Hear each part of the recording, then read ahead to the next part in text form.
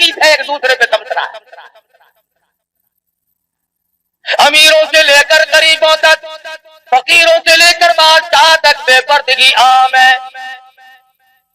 اور ہماری کوشش بھی نہیں. حدیث پاک میں آتا فرمایا نبی کریم صلی اللہ تعالی علیہ وسلم نے ایک عورت جب گھر سے اعلیٰ درجے کے کپڑے پہن کر خوشبو لگا کر نکلتی ہے، میک اپ کر کے نکلتی ہے، 18 شیطان اس کے ساتھ چلتے ہیں. منہ چڑھا دیا غیرت. تو حضور اکرم صلی اللہ علیہ وسلم کو جبریل امین نے کہا کہ آپ اس کے سلام کا جواب نہ دیں. حضور نے جواب نہ دیا، آگے چلے. فرماتے ہیں نبی کریم صلی اللہ علیہ وسلم میں نے ایک مخلوق دیکھی، میں نے لوگ دیکھے بہت زیادہ تھے، ایسا بدبودار، ایسا سڑا ہوا، ایسا گونت والا گوشت کھا رہے تھے. حضور فرماتے ہیں اگر ایک رتی کے برابر دنیا میں ظاہر کر دیا جائے، پوری دنیا بدبو کی وجہ سے تباہ و برباد ہو جائے. ایسا گوشت لوگ کھا رہے تھے، ہزاروں کی تعداد میں تھے، لاکھوں کی تعداد میں تھے. ایسا گوشت کھایا جس کے کھانے سے بدبو آ رہی تھی، وہ سڑا ہوا گوشت. صحابہ کرام نے عرض کی یا رسول اللہ وہ کیا چیز تھی؟ ارشاد فرمایا امت کے جن لوگوں میں زکات فرض اور واجب ہے، زکات کو روک کر جو اس مال کو کھاتے ہیں ان لوگوں کو وہ گوشت کھانا پڑے. حضرت شاہ عبد العزیز دہلوی سب کہہ دو رحمۃ اللہ علیہ، ان کے زمانے میں ایک آدمی تھا، امیر آدمی تھا لیکن بخیل تھا. اپنی اولاد کو بھی خرچ کرنے کے لیے پیسے نہیں دیا کرتا تھا. جس وقت اس کی موت آئی تو لڑکے نے غصے میں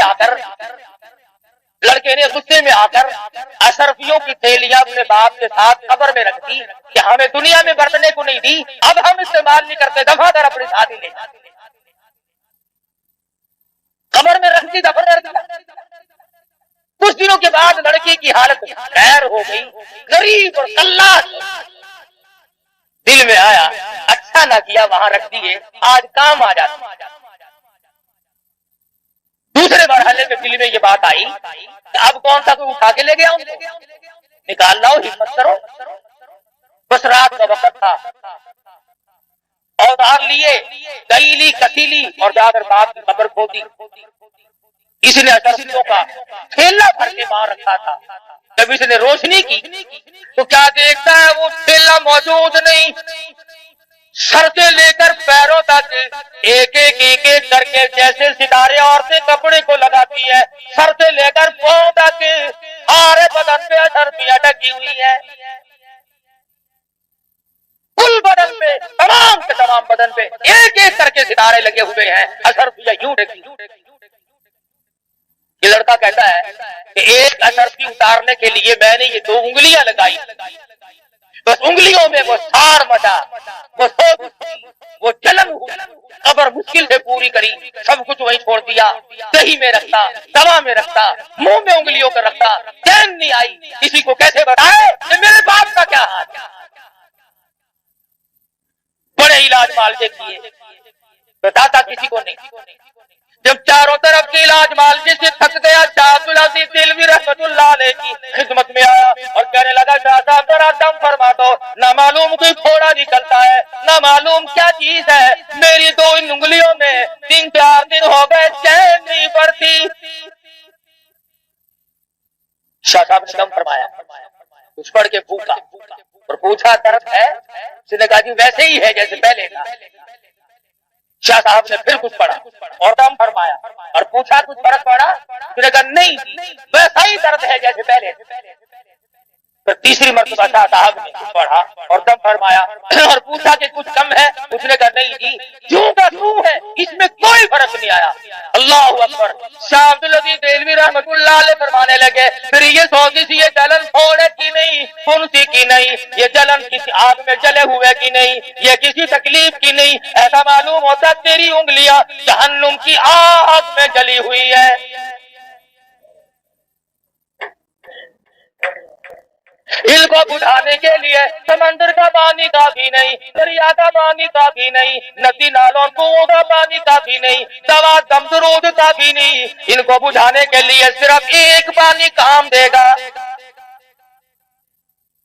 پھر اس نے شاہ صاحب کے سامنے بات کھول دی کہ آپ کا فرمان صحیح ہے، ایسے ایسے کر کے میں نے اپنے والد کی قبر کو کھودا اور اثر بھی اتارنے کے لیے یہ 2 انگلیاں لگائی تھی، اس دن سے آج تک ان میں چین نہیں پڑتی۔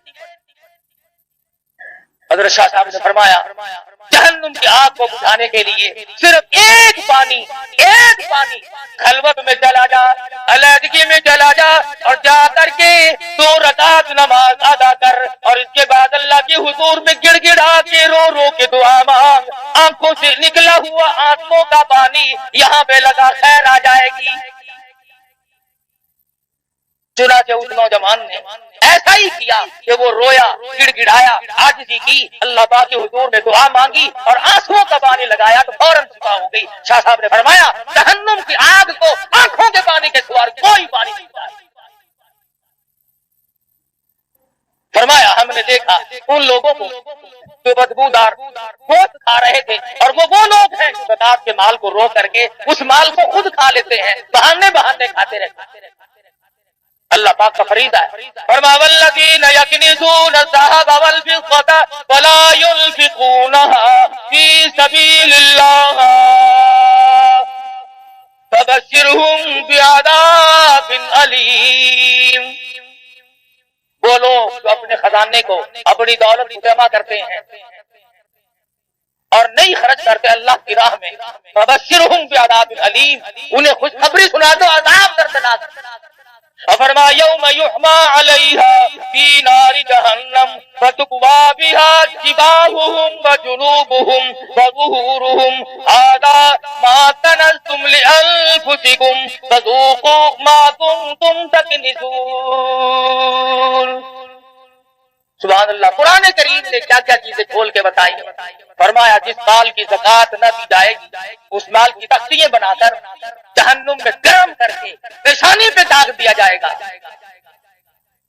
فتقوا بها جباہہم وجنوبہم، پسلیوں پہ داغ دیے جائیں گے، وظہورہم، پیٹھ میں داغ دیے جائیں گے، اور آواز آئے گی ھذا ما کنزتم، یہ تمہارا وہی خزانہ ہے، فذوقوا ما کنتم تکنزون،